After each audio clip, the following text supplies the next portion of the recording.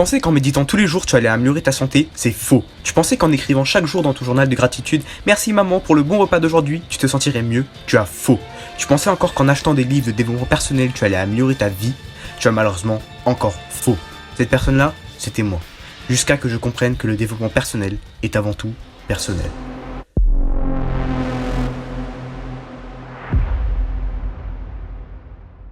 Depuis un certain moment, le développement personnel a émergé sur les réseaux ramenant de nouvelles personnalités telles que Loan LV, Dali, Emilio, Yomidenzen, j'en passe, faisant d'innombrables vidéos rendant le sujet encore plus complexe. 6 habitudes qui ruinent ta vie, dopamine détox, le guide ultime des habitudes, cette compétence à développer avant 30 ans, 6 habitudes pour STOP!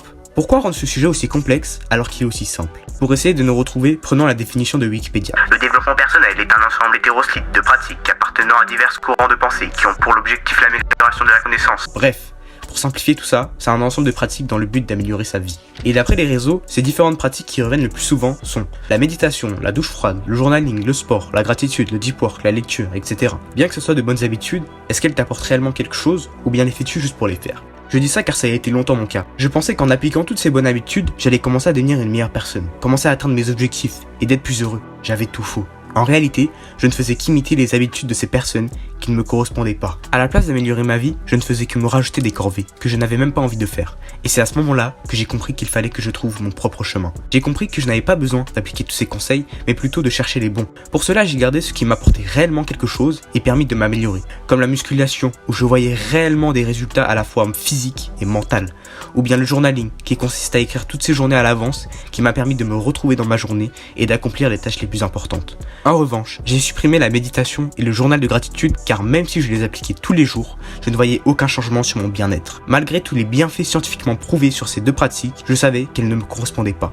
A l'inverse, elles peuvent très bien convenir à quelqu'un d'autre car on n'a pas tous le même environnement, les mêmes préférences et les mêmes valeurs. Et c'est pour ça que le développement personnel est avant tout personnel et ne doit pas être imposé et classé dans un groupe. Dis-toi même qu'une personne pourrait très bien se développer sans pour autant appliquer une seule de ses habitudes. Comme par exemple en voyageant, en faisant une activité manuelle, en dessinant, en courant, en étudiant, ou bien en faisant des rencontres.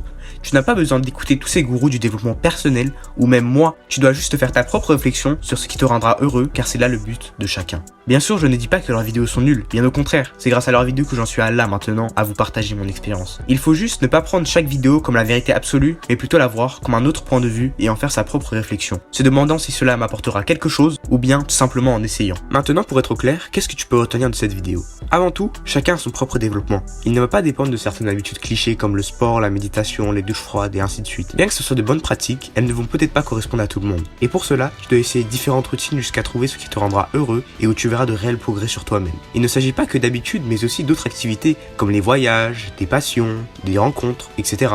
Pour en arriver à un point, faire les bonnes choses qui te rendront heureux, c'est ça le développement personnel.